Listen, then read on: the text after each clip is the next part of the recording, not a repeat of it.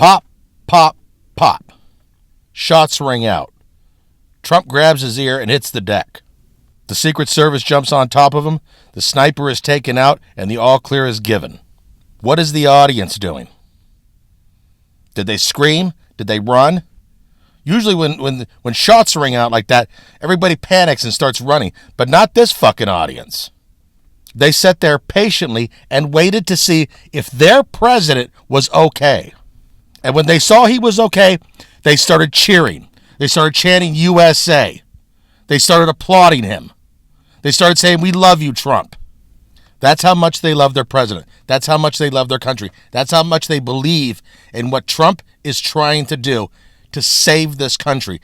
They stood there, even though there were shots ringing out. They didn't know if there were any other snipers around. They didn't know if they were in any real danger or not.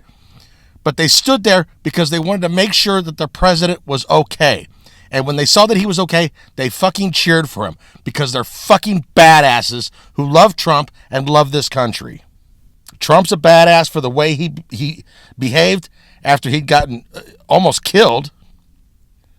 The audience is a badass for the way they behaved while this was going on. In fact, the only person who's a bigger badass than all of them is the one guy who got killed protecting his family. Because that guy actually jumped in front of his family and protected them and took a bullet for them and died. So he's actually the badass of the evening. Welcome to the Midnight Manifest. I'm your host, Mark, and it is the Midnight Hour.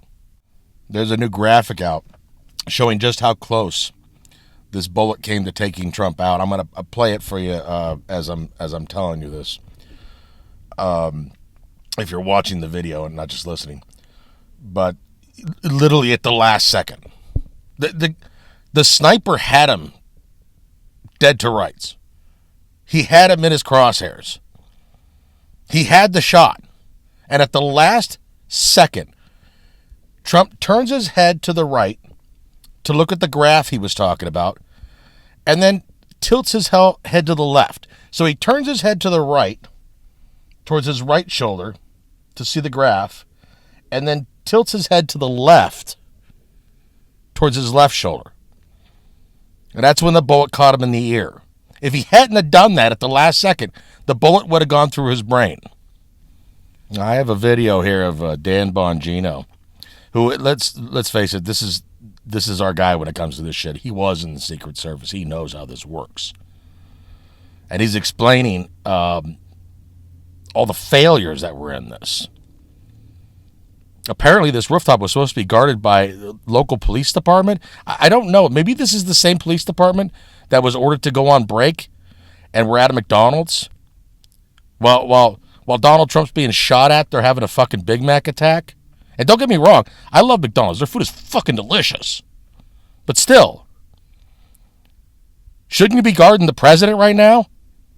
The more and more evidence that comes out about this, the more this is obviously a setup. And there were a lot of forces that were making sure that this happened. It wasn't just this one Trump derangement syndrome idiot, 20-year-old punk kid doing it. There was an organization behind him. The Secret Service is not this incompetent. I don't care how many fucking broads are on it. I'm going to play the Dan Bongino video. He explains it better. Here's what he has to say about it. Let me get this out of the way. A high-level source reached out to me last night and said to me that the rooftop that the shooter engaged from, as I told you last night during the Tucker Carlson special and then on Don Jr.'s show, was actually supposed to be posted by a local police department or non-Secret Service counter sniper team. So we're clear on the facts. There were 2 counter sniper teams from the Secret Service, 2. Those 2 were assigned to the scene. That rooftop was obviously deemed a threat. It was a line of sight issue.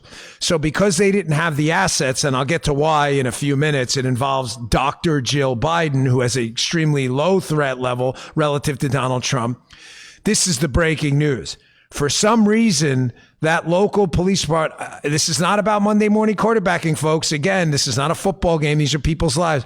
For some reason, that local tactical counter sniper team didn't make it to the roof. What I'm hearing from sources is that tactical team positioned it through a second floor window, which cedes the high ground.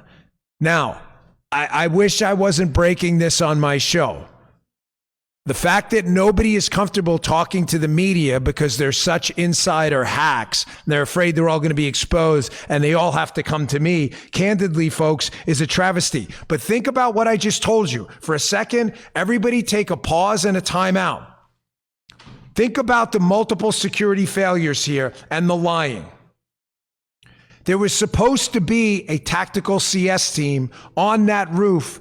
They didn't make it to the roof. They chose a second floor window instead, which cedes the high ground, obviously, and nobody noticed? Let me know what you think in the comments. Do me a favor, like this episode, share it, subscribe to my channel if you haven't done so already, and hit the notification bell. That way you'll be notified of any future episodes of the Midnight Manifest. And until next time, ladies and gentlemen, enjoy the rest of your midnight. Let the midnight special shine a light on me. Let the midnight special shine a ever-loving light on me. Now go home and get your fucking shine box.